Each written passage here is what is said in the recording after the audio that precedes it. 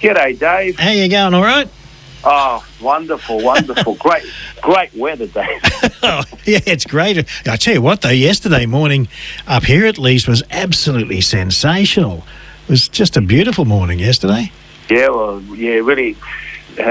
Mother Nature turned it on for all the mums out there. Yeah, I think they did. I ducked down to the local shopping centre, I guess you could say, and there's eateries there and they were packed with all the, mums having breakfast there, obviously. But, it was just nice sitting out in the sun and all that. It was absolutely glorious. It was beautiful. But today, look, I think it's going to open up. What I'm thinking is that, it rained overnight, fantastic. I don't have to worry about the garden. Well, I actually hosed yesterday afternoon. Go figure that, yeah. Yeah, I did it. I thought, no, you know what? It said it's not going to rain, but I reckon it will. And anyway, I got this one right, but who knows, mate? Who knows? See, we up here for some reason, where I am, the forecast they might say it's going to rain, and you just see the clouds go past you. You see them coming, you think, here we go, it's going to bucket down now, and then all of a sudden they just go around you. But it actually did rain this morning, so that's good. Yeah, it's good for the lawn and so forth. But, like we said, it's the seasons are great because we expect the next one, and so, just enjoy it while it lasts. I've learnt that from what you say, because I've never liked winter, but I'm learning that if I just bear with it, I can look forward to that nice spring and summer. Excellent. Yes. Hey, I'm curious about this. Addictive personalities. That's when, correct me if I'm wrong, that's when someone's got a personality where they can't just have one drink, for example. Is that a sort of, or is that a simplified thing where they can't just have like if, say, for example, they buy a six-pack, they can't just drink one out of it or two out of it. They've got to drink the whole six. Correct. That's pretty much it. That's pretty much it in a nutshell. Usually it's not with everything. Like sometimes people have addictive personalities, and so their weakness might be alcohol, for example, but they're capable of having the odd cigarette or maybe even recreational drugs, God forbid. But it's one of those things that they usually have what they call their poison, so to speak, and so, for example, someone has difficulty managing beer intake. They might find that they're okay with other things. A lot of people say, look, I've never drunk any other alcohol but beer. So they have a lot, and so they might even be able to have the odd scotch here and there, but when it comes to beer, you're right, they buy a six-pack, and then half an hour or 45 minutes later, they're walking down the road to buy another one. I know a lot of stories like that, and it's extremely difficult. So what happens is that, they start binging on one thing, and then it becomes out of hand. So it becomes a very bad habit, and then very hard to get out of. But people that don't have that addictive personality disorder, they can enjoy certain things, certain time, and they can have that one and leave it. Yeah. I lived next door to a guy once that he didn't smoke or drink because he was telling me that when he did, he used to, and he couldn't, if he bought a carton of beer, he had to drink it that night, or if he bought a packet of cigarettes, he had to smoke them all, or virtually nearly all of them at least. Anyway, like so he had to give up because otherwise he was going to be drunk all the time, or, just, costing, whatever. But is that how bad it can get? Like people can just go overboard with everything? Well, that's correct. I mean, it starts from quite young. We find that people that have addictive personality, or sometimes when it's diagnosed, we call it addictive personality disorder. So they actually have the disorder. Having the diagnosis helps because you know your limits. Yeah. And now because we're all limited. In a way, we all have a personality disorder because there's no such thing as the perfect personality. But it's good to know our weaknesses. And if alcohol or cigarettes or both and other things are our weakness, we have to decide now to manage it, because what happens is that everyone else has the odd drink socially, and in Australia, we enjoy our drink, and we celebrate usually things with alcohol and so forth, and it's one of those things that it's a cultural if you like, a cultural philosophy that starts from very, very young. So now we've stopped saying to our kid, like, get us a beer from the fridge and so forth, because we know we don't want to expose them early to that behaviour. But before, it was very common to do that. Kids were around alcohol, they were touching it, they were taking it, they were coming into the store with the parent. These days, we're a little bit more aware. We try not to involve them, but they still see it, of course, and they see it in the movies and other things. And when they get to a certain age, they decide to enjoy alcohol. The important thing is to teach adolescents, especially, sure, the world has a lot of these things to offer, but there's a way of enjoying it. And other than that, if you don't, that means it's going to be a problem, and you're going to suffer, because you may enjoy it at the time, but the next day it's going to be a problem. So it's really what we call a relationship with whatever it may be. In this case, that we're talking about alcohol. So, are you born with this disorder, or is it something that develops? Yeah, it is. It can be genetic, so again, it can be passed on. So our genes are very important, and it does create a disposition, as we say, Dave, a disposition towards a certain habit, a certain behaviour, and it is a weakness, if you like.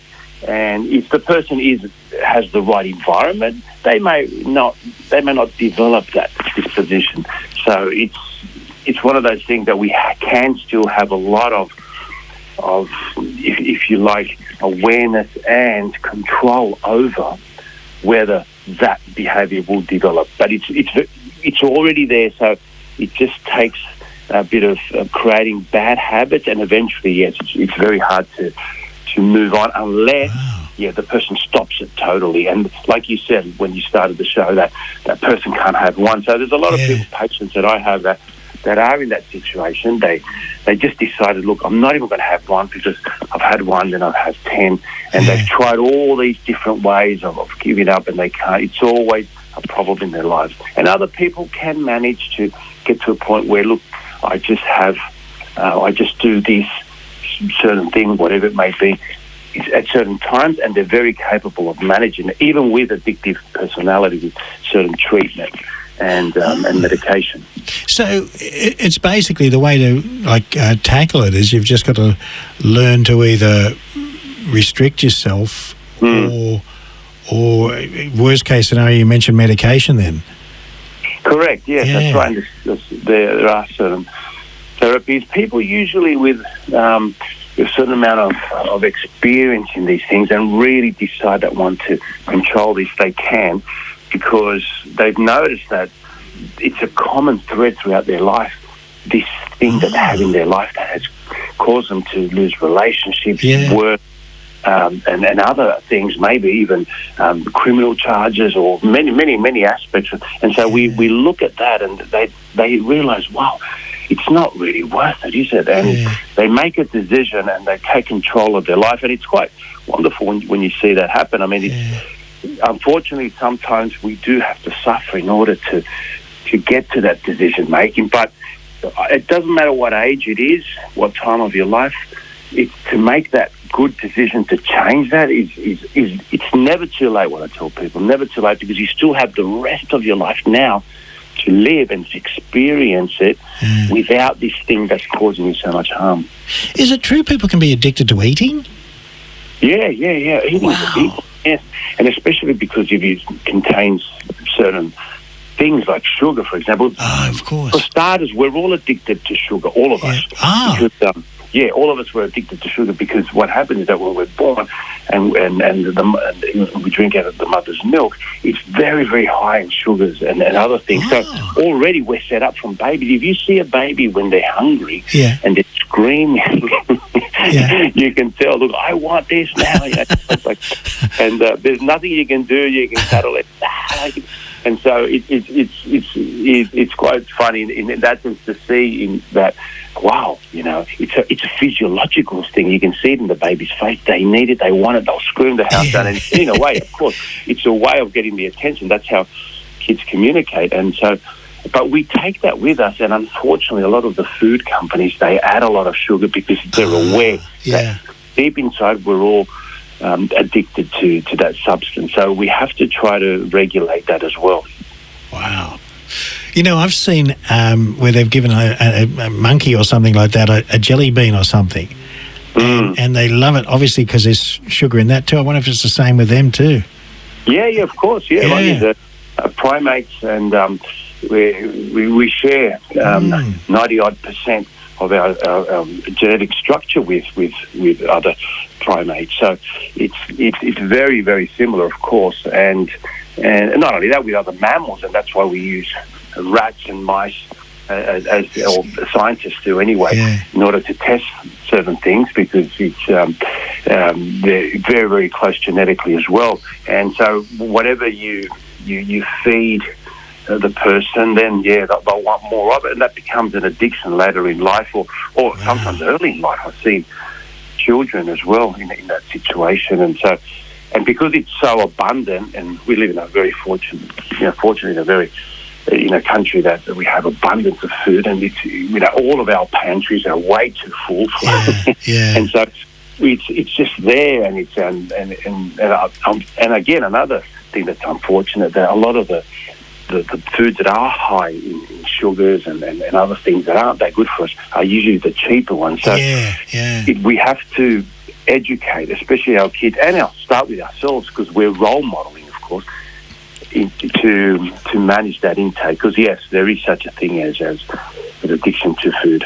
I suppose it's also that I remember us talking about something once where it makes you feel good, so you keep going back for that feel good feel.